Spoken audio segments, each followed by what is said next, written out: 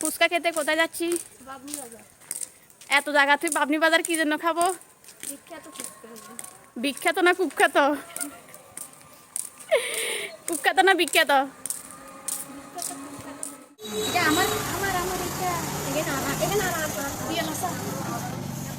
আর এখানে অনেক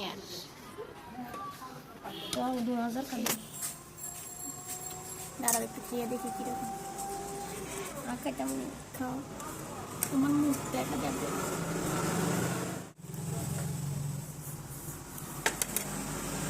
লাল নাই, টক নেই, টক টক টক।